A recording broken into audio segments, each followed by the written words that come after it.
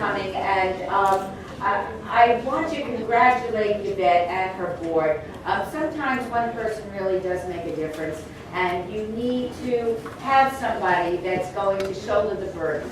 And she has done a remarkable job both before the 2008 election and certainly since. And keeping this organization going and growing is very important. It's important to the future of my community, and it's important to the future of the Democratic Party, who in my mind represents my community very, very well. Let me make a quick introduction. I want to introduce my son, Max. Maxie, stand up.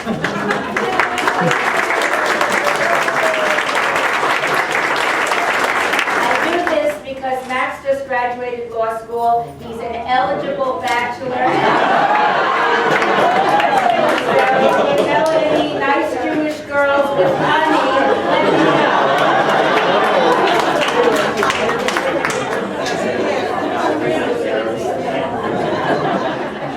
I want to particularly acknowledge, of course, Sam and everybody that's here from the party, but before I spend all my time doing this, let me particularly acknowledge Lawrence Weekly.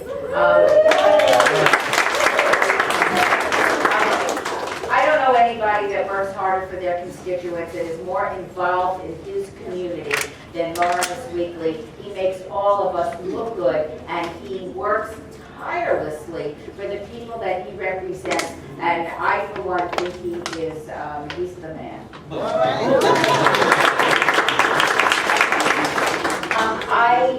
I want to talk about a number of issues, and we'll have plenty of time. I guess Lawrence will speak, then there'll be Q&A, and we're here for a couple of hours, so we've got some time to talk about the issues that are important. I grew up in Las Vegas. I always knew I wanted to do public service. This was a way for me of giving something back to this country for having taken my family in when my grandparents came to this country. So it's my way of doing something back.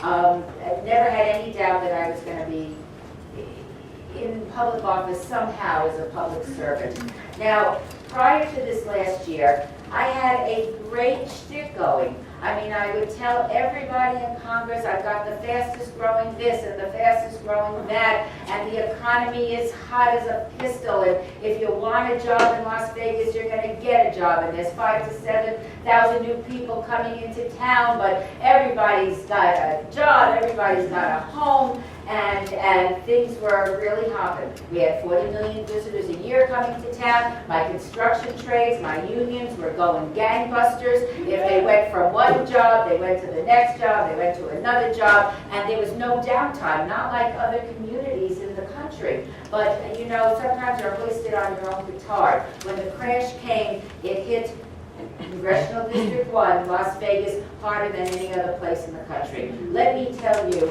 as if you don't already know, what I work on every day and what's happening with my constituents. I've got the highest mortgage foreclosure rate in the country. 1 out of every 47 homes in Las Vegas is in foreclosure.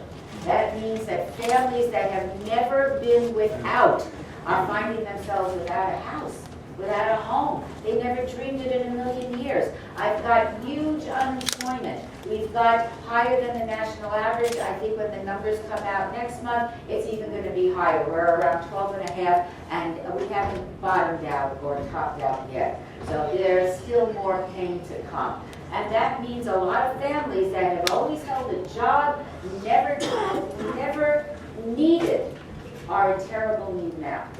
So when I used to listen to people over the last few months in Washington, last several months, talk about, oh, it's just a lack of confidence, and if we could get confidence, we'd be fine. It's a mental attitude. Well, if you don't have a job and you don't have a home, there's no confidence there. I mean, you can't make this stuff up and make people feel good about themselves when they don't have a place to go and they've got no hope for the future. I feel that very acutely. That's what we're dealing with. I also have, and these are the realities of the situation, aside for a huge unemployment rate, aside for a huge mortgage foreclosure rate, there are 450,000 of our fellow Nevadans that have no health insurance. So they have no health insurance, they're losing their homes, and they're losing their jobs. And this has nothing to do with confidence. This has to do with your guts and feeding your family and putting a roof over their head. So what are we doing? We've had a very ambitious 6 months with Obama's first 6 months in office. It hasn't been a bed of roses. It is tough out there. He's got a mess on his hands, and we have been trying to do everything we can to turn this around. My job, and I've always seen this, is I am a buffer and a bridge to the federal government. I protect the people I represent from the federal government, and I'm a bridge to the federal government because there are needs in this community that can only be met by our fellow citizens, and our fellow citizens are the federal government. And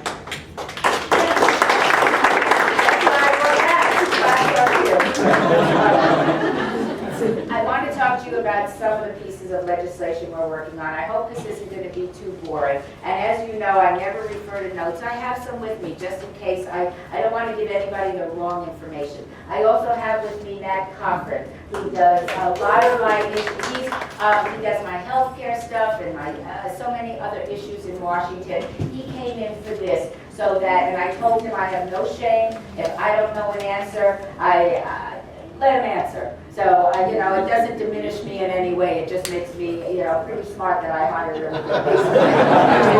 All right, let me talk about the stimulus package, because there's been a lot of pushback, and now it hasn't worked, it's not working, not enough money is coming in, and not enough money is flowing. There's truth to that. But let me tell you the importance of that stimulus package to the state of Nevada.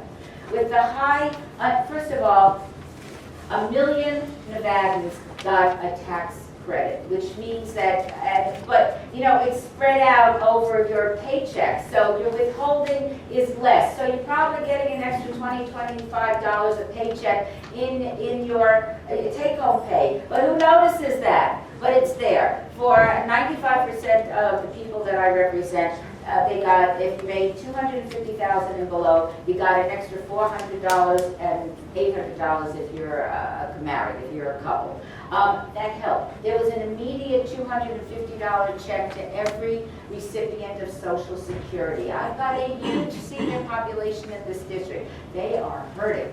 And that extra $250, which I suspect is gone now, it went into their pockets and they spent it. And that was a bit of a stimulus. I've got, with the huge unemployment that we have, we provided an extension of unemployment benefits to the end of the year. They were going to end in March, and it adds another $25 a month. And people said to me, the press asked me, well, $25 a month, does that mean anything? When you have $0 a month, and at the end of the month you're scraping through your purses and your pockets, that extra $25 a month means something to a whole lot of people. So was it a huge amount of money? It was something. And the extension, what are these people going to do to take care of their families and keep a roof over their head when their unemployment bennies finish?